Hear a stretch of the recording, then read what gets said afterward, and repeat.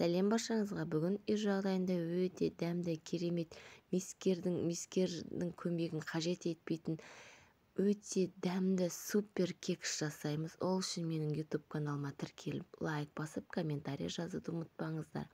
Ең алдымен жұмыртқамызды жарып, оның үстіне шекерімізді салып, жақсылап венчиктің көмегімен жақсылап араластырып аламыз.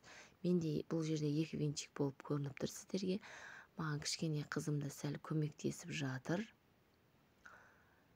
Осылай венчиктің көмегімен жақсылап араластырып, оның үстіне жылы сүтімізді құйып, тағы да оны венчикпен жақсылап араластырып, ертілген сұйық майымызды құйып, оны да жақсылап венчиктің көмегімен араластырып, дәл видеодағыдай жасап аламыз. Осы сұйық затымыздың үстіне ұнымыздың үстіне арнайы бір ыдысқа ұнымызды салып, аз ғана кішкентай қасықпен сода салып, екеуін жақсылап араластырып, сұйық затымыздың үстіне аз-аздан құйып отырамыз, салып отырамыз ұнымызды. Яғни ұнымызды осылай салып, ұнды барлығын бірге салуға болмайды, себебі біздің кексіміз көтерілмей қалады.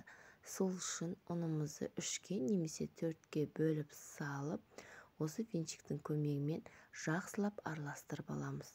Біз осы сұйық затымызбен ұнымызды араластырып жатқанда пешімізді қосып қоямыз.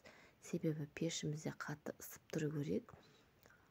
Салқын пешке салмаймыз, кексіміз көтерілмей алады, сондықтан пешіміз қатты ысып тұру керек. Арнайы мына кексіміздің ыдыстарын астын майлап, үлкен қасықпен бір қасық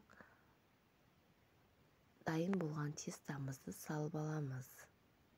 Барлық ыдысқа бір келкі қылып тестамызды салып аламыз. Осылай салып болған соң, мен ішіне аз-аздан жарты чайный ложка сгущенка қосып отырамын. Сіздер де қоссаңыздар болады. Ол әр кімнің өзінің қалауы. Творог салсақ та болады ішіне.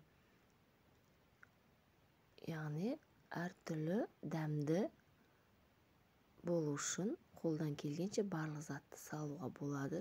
Мен сондықтан бұл жерге менің балдарым сгущенка ұнататын болғандықтан жарты кішкентай қасықпен аз-аздап құйып шығамын.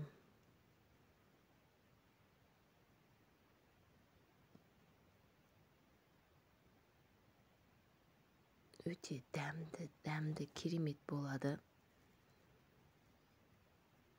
Осылай құйып шығамын. Және де осының үстіне тағы да үлкен қасықпен, яғни толтырмай жарты-жартыдан оның үстіне тағы да құйып шығамын. Себебі біздің кексіміз үлкен, әдемі, дастарханға қойғанда да көзге көрінетіндей әдемі, керемет болып шығады. Аз құйсақ, біздің кексіміз де кішкентай болып қалады. Өйткені әдемі көрінбей қалады дастарханда, бірақ сонда да өзі дәмді болады. Біз ысып тұрған пешімізге саламыз. 180 градусқа 10-15 минутқа салып, мұны біздің кексіміз әдемі болып, дайын болды. Сіздерге де осындай кекс жасауды ұсынамын. Өте дәмді, керемет болды. Оның үстіне ұнтақталған сахарный пудрамыз сүйіп қоямыз. Сіздермен бірге болған мен Ләззат.